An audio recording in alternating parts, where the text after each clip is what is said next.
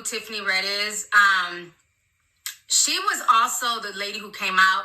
She is Cassie's friend. She came out and basically also called out P. Diddy for his ways and basically had Cassie's back.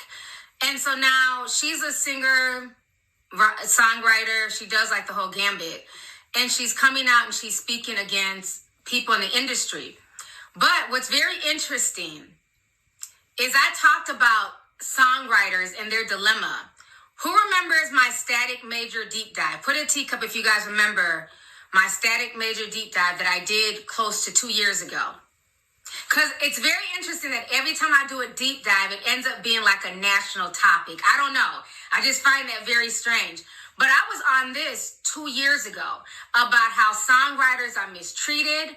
They're not paid well. They don't get their credit. People have literally forgotten Static Major. If it was not for Static Major, Lil Wayne would not have been able to go commercial as he did with Lollipop.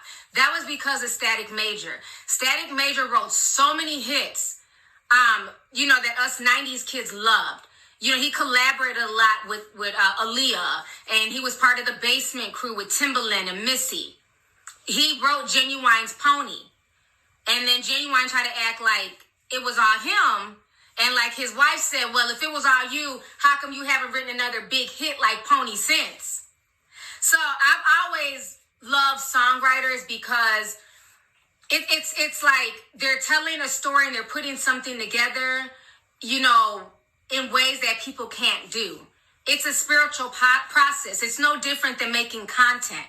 Even when I do my deep dives, it's like I start with a blank canvas. Nothing on there, and I really have to really think of how I want it to look and sound and, visually come together. And that's what songwriters do. That's what people who make beats and who produce do. And I've been calling it out for years that I find it very unfair that you can be in a studio. Let's say I'm in a studio with an artist, right? And, you can literally give credit to anybody in that studio if you so choose.